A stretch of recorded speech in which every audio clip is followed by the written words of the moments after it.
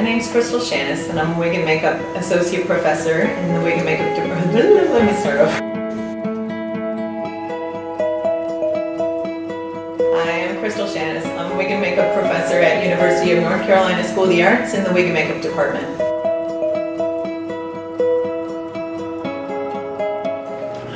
So I'll just show you, starting first with the prosthetic shot. Okay. We have one student working back here. Talk to us a little bit about this. I'm just going to grab him. Be extremely careful. I know this was this little guy. outside piece also. So there's this little guy here. Originally it was going to be a skull, and then I was going to build up on top of that so you wouldn't even see the skull initially. And then it was just decided to do a half and half kind of thing, like layer building up, like a visual layer build up kind of thing. And then, yeah. I love that you did the half-half. In this program, it's the full spectrum. Right. It's you build wigs, you do prosthetics, you do the hair and makeup, you do the period, and the modern hairstyling and makeup aspect of things also. So, you know, being able to think about everything collectively is really important for us. It's fantastic. While doing entertainment, hair and makeup, wigs and prosthetics, that was of course a passion of mine, but through all of that excitement, I knew there was something missing. And for me, what that meant was giving back to the community and continuing to do medical wig builds.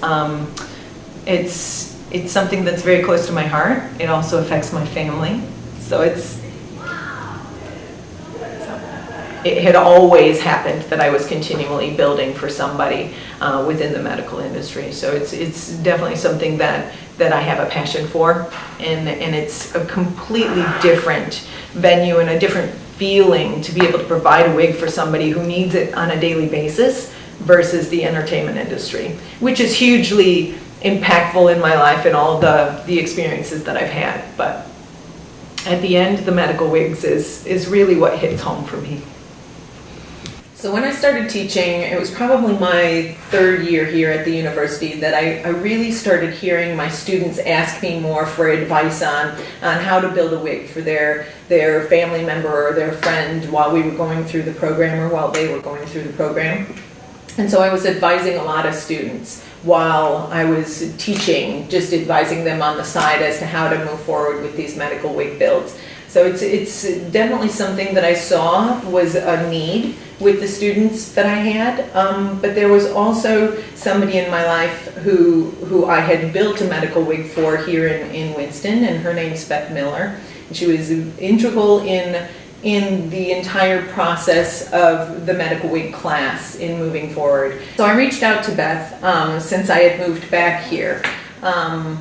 And I was asking her if she felt that there was some way to actually connect this university with the hospital and allow there to be a kind of a thread there where I was going to be able to receive clients through them, to be able to pair up with my wig builders, to be a more impactful kind of wig building class. So we could then move forward, not merely just sharing the knowledge so they could provide wigs for their family members and their friends as they had always done. But this was a whole new platform for me. It really allowed there to be the community outreach, which I was looking for since I had moved back here. But really, more than that, it was trying to find a way to help more people.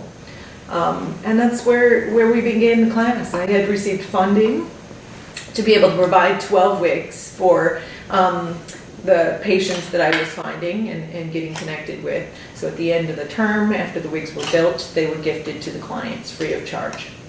The timing on this project and trying to have clients that were going through the phase of their treatment, that they were then ready for making the decision if they wanted a wig or not, the timing was super important.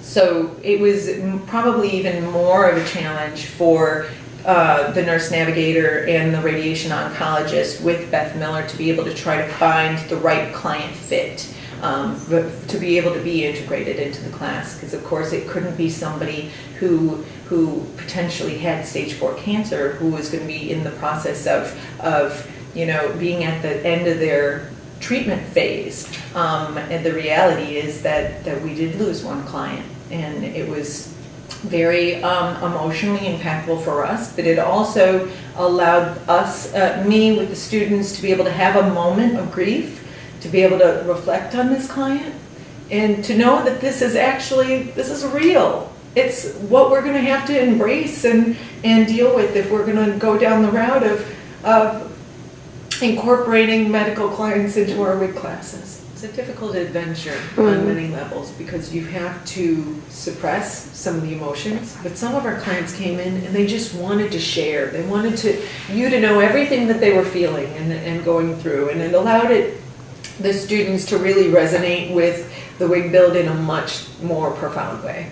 We had a lot of students who were interested in medical wig builds from the beginning, and the interest of medical prosthetics as well. But it had never been something we taught here in a structured kind of way.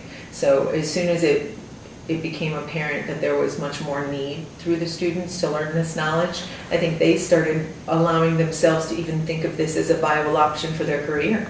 So before, it had been almost entirely entertainment industry driven. And now we have at least 3 students who really want to focus on the medical industry.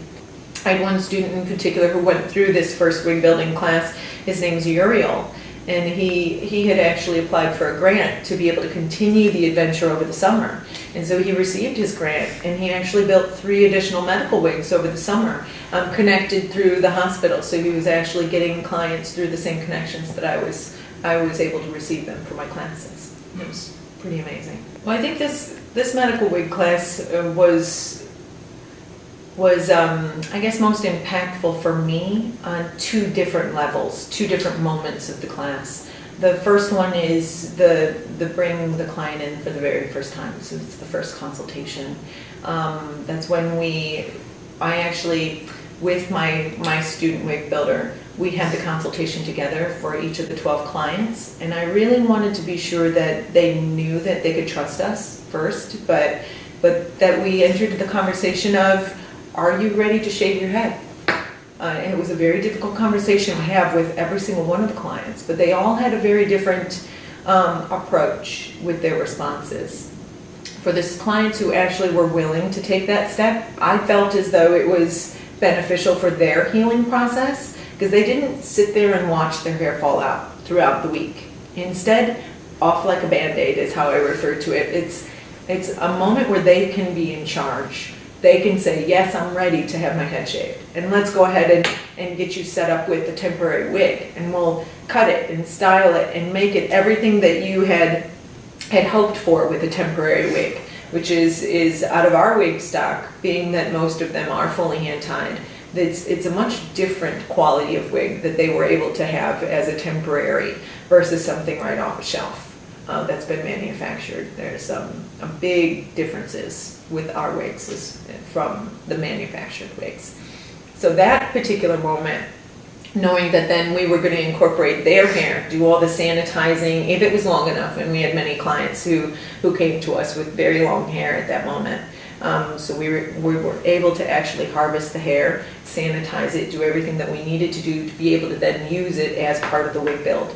So we incorporated some purchased hair to be sure that it's just part of the process, I guess, that you incorporate some manufactured hair, because otherwise there's tangling that happens if you try to use entirely 100% harvested hair. So there's a whole process through education that allows me to get all of this other skill set to the students also.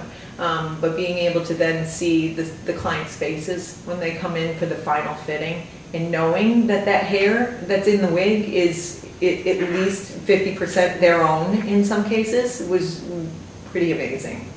So they saw their hair on the wig that then was a part of themselves all over again.